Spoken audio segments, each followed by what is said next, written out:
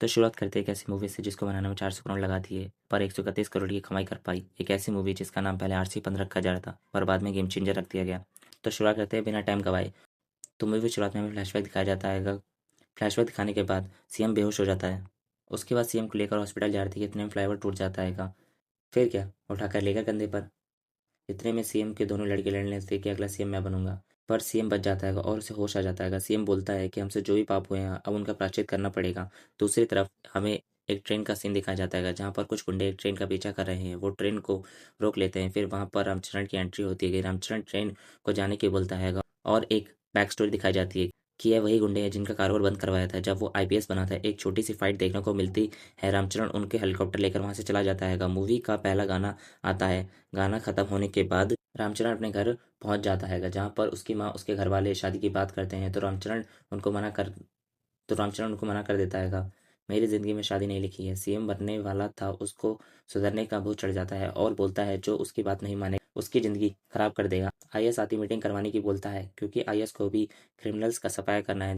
दूसरी तरफ हमको देखने को मिलता है कि सीएम का छोटा लड़का जो इस मूवी का मेन विलन है वो अपनी इनलीगल सैंड माइनिंग बंद करवा देता है ताकि सीएम की नज़रों में ना आ जाए।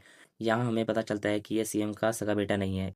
इधर आईएएस देश के सभी इलीगल कारोबार करने वाले को बस में ले जाता है। 2 लोगों को कारोबार बंद करने के बाद बाकी सारे अपने आप मान जाते हैं। इसके बाद उसके भाई की सगाई दिखाई जाती है जहाँ पर वो अपने दोस्तों के साथ बैठा है। तो उसके दोस्त उससे पूछते हैं कि तू शादी क्यों नहीं करना चाहता। एक छोटा सा फ्लैशबैक दिखाया जाता है जहाँ पर रामचरण कॉलेज में है, उसे गलत काम करने वालों को मारते हुए। रामचरण कॉलेज के बाहर गलती से गलत सर को मारता है तो कियारा जो उस सर की बेटी थी रामचरण को जेल में डाल देती है। जब कियारा को सच्चाई का पता चलता है कि उस टीचर ने एक स्टूडेंट के साथ क्या किया तो उसे जेल से निकलवा देती है। रामचरण को कियारा से प्यार हो जाता है। वो अपने दिल की बात कियारा से बोलता है तो कियारा उसे मना कर देती है क्योंकि उसे झगड़े करने वाले बिल्कुल पसंद नहीं। तो रामचरण अपना गुस्सा कंट्रोल करने के लिए कई तरीके अपनाता है जिससे देखकर कियारा उसे पसंद करने लगती है। पर रामचरण कियारा के जाने के बाद दोबारा मारना शुरू कर देता है। तो कियारा उसे बोलती है कि तुम आईएएस बनो, अपने गुस्से का सही इस्तेमाल करो। आईपीएस बनोगे तो मैं तुमसे कभी बात नहीं करूंगी। रामचरण कुछ मार्क्स की वजह से आईपीएस बन जाता है तो कियारा उसे छोड़कर चली जाती है। सालों बाद वो आईएएस बन जाता है पर तब तक कियारा शहर छोड़कर जा चुकी थी। उनमें से एक दोस्त बोलता है कि मैंने उसे देखा है पर नशे के हालात में कुछ बोल नहीं पाता है। दूसरी तरफ हमें दिखाया जाता है कि आईएएस इनलीगल सैंड माइनिंग पर रेड मारने जाता है। वहां पर उनके सभी वर्कर को जेल में डाल देता है। मोपी देव उन सबको छुड़वाने से मना कर देता है। सुबह होते ही रामचरण को कियारा का पता चल जाता है। उसके बाद एक और गाना सुनने को मिलता है। मोपी देव आईएएस को अपने पास से बुलवाता है पर रामचरण जाने से मना कर देता है। तो मोपी देव आईएएस के ऑफिस पहुंच जाता है पर रामचरण उनको जेल से रिहा करने से मना कर देता है।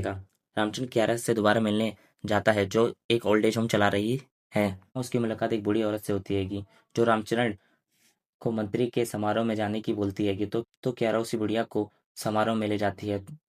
वो सीएम से कुछ सवाल पूछती है और सीएम उसे स्टेज पर बुलवाते हैं।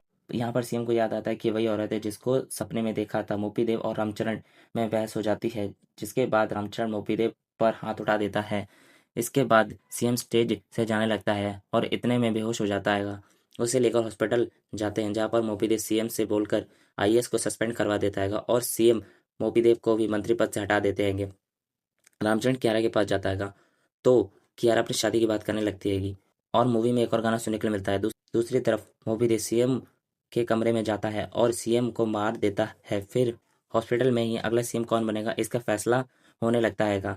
तब उसके भाई को पता चलता है कि सीएम को मोपी देव नहीं मारा है तो वह पीछे हट जाता है और अगला सीएम मोपी देव बन जाता है। सीएम सीएम के मरने की खबर सुनते ही पूरे शहर में दंगे फसाद होने लगते हैं। दूसरी तरफ रामचरण अपनी शादी के लिए जा रहा है कि तभी पुलिस वाले रामचरण को अरेस्ट कर लेते हैं और एक मार्केट में ले जाकर छोड़ देते हैं जहां पर मोपी देव के गुंडे रामचरण पर हमला कर देते हैं। इधर सीएम का दोस्त मीडिया में एक वीडियो दिखा देता है जिसमें सीएम रामचरण को अगला सीएम बनने की घोषणा करता है।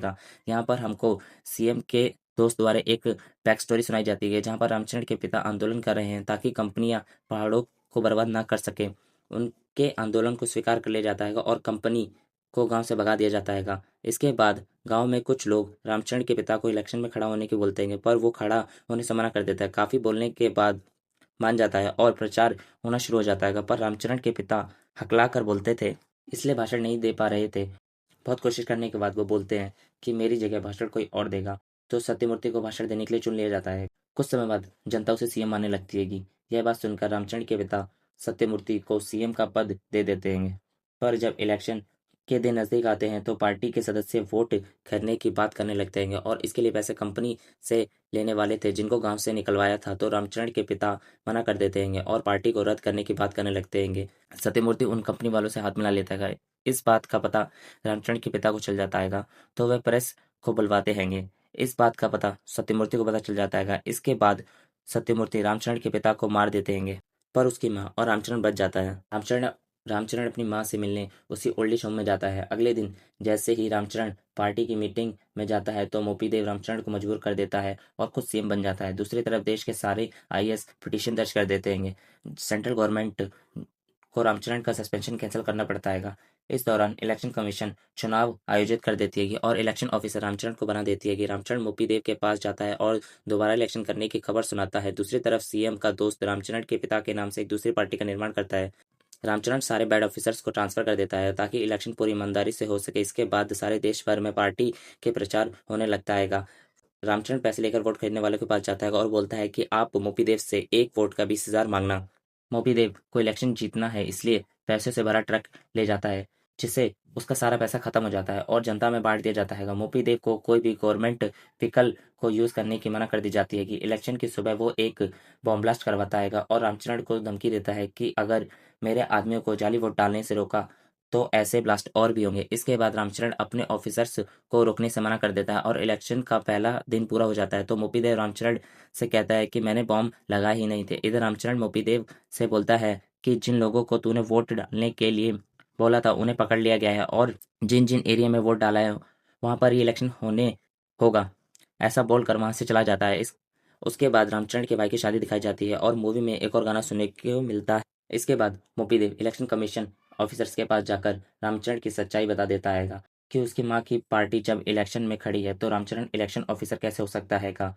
रामचरण और उसकी माँ का अगले दिन डीएनए टेस्ट करवाने की बात होती है। तब तक उसकी माँ को पुलिस की निगरानी में रखने का फैसला किया जाता है, पर उसकी माँ वहां से भाग जाती है और एक केमिकल से भरे टैंक में चली जाती है ताकि डीएनए टेस्ट ना हो सके। दूसरी तरफ मोपीदेव की हार की खबर सुनकर वोट मशीन को तोड़ने के लिए गुंडे बुलवाता है, पर रामचरण उनको वहां से उड़ा कर ले जाता है। मूवी के एंड में हमें फाइट देखने को मिलती है। हथौड़े इसके बाद मोपीदेव हथौड़े से सारी ईवीएम मशीन तोड़ने लगता है। अगर रामचरण मोपीदेव को रोकता है, तब दोनों के बीच लड़ाई शुरू हो जाती है कि रामचरण जैसे ही मोपीदेव को मारने वाला था कि इतने में कियारा उसे रोक देती है। इसके साथ ही रामचरण के पिता की पार्टी जीत जाती है और रामचरण आईएएस के पद से रिजाइन देता है और सीएम बन